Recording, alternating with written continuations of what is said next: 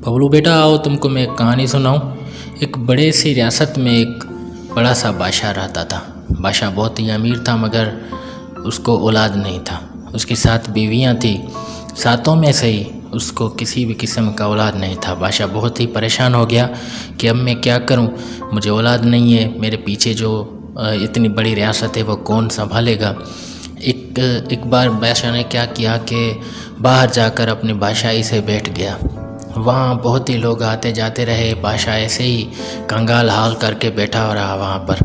वहाँ से एक फ़कीर गुज़रा, साधु ने बादशाह को कहा कि बादशाह सलामत, मैं आपको जानता हूँ, आपको औलाद नहीं है, आपको बेटे नहीं है, मैं आपको एक चीज़ बताऊँ उससे आपको बेटे हो जाएंगे।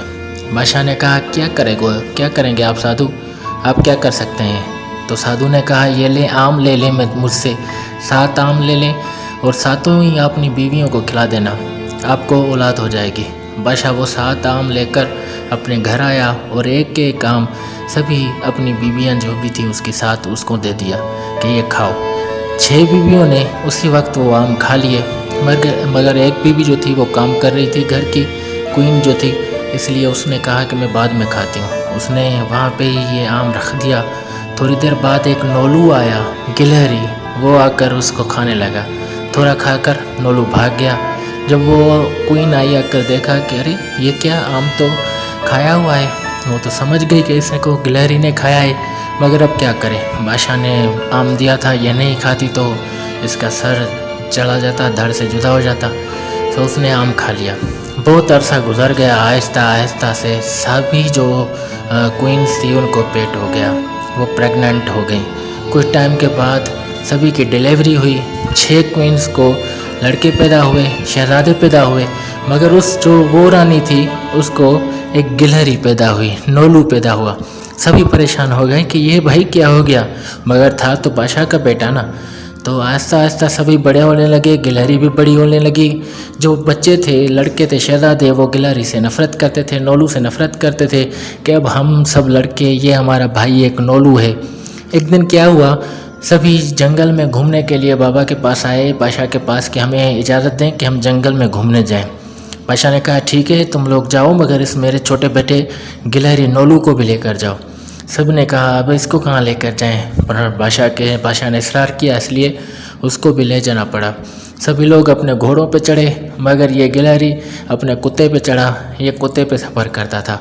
चलते गए, रात हो गई। वहाँ पर एक दूर दराज एक झोपड़ी नज़र आई जिसमें रोशनी थी। सभी वहाँ गए, वहाँ जाकर देखा कि एक बूढ़ी है जो वहाँ रहती है। इन्होंने उन बूढ़ी औरत को कहा कि हम यहाँ रात गुजारेंगे। तो बूढ़ी ने कहा ठीक है, आप लोग आओ यहाँ आकर रहो। सभी लोग जो थे, बादशाह के शहजादे जो थे और नोलू, सभी वहाँ पर रुके। सभी शहजादे जो थे वो सो गए। नोलू बहुत चालाक था, उसने क्या किया, वो ऊपर पेड़ पे चढ़ गया। पेड़ पे ऊपर चढ़ के देख रहा था। दरअसल वो जो बूढ़ी औरत थी वो डायन थी, चुड़ैल थी, वो इन सब को मार कर खाना चाहती थी, वो आदमखोर थी। एक बार बूढ़ी औरत उठी और खंजर लिया सबको काटने के लिए। तो ऊपर से नोलू ने आवाज़ किया, नानी काती न खड़का नोलू जागदा जवान, नानी काती न खड़काओ, नोलू अभी जाग रहा है। तो वो चतुर हो गई, देखा कि अरे भाई ये तो जाग रहा है, फिर सो गई। थोड़ी देर के बाद फिर उठी, फिर अपना खंजर जो है वो तेज़ करने लगी। तो ऊपर से नोलू ने आवाज़ दिया, नानी काती न खड़का नोलू जागदा जवान। फिर से वो परेशान हो गई और तीसरी बार वो सोने लगी और फिर से उठी। तो नोलू ने क्या किया, गिलहरी ने क्या किया, भागता आया और अपने सभी शहजादों को उठाया और दिखाया कि ये नानी जो है वो चुड़ैल है, ये तुम लोगों को मारना चाहती है। सभी शहजादों ने अपनी तलवारें निकाली और नानी को सर धड़ से जुदा कर दिया, डायन को मार दिया।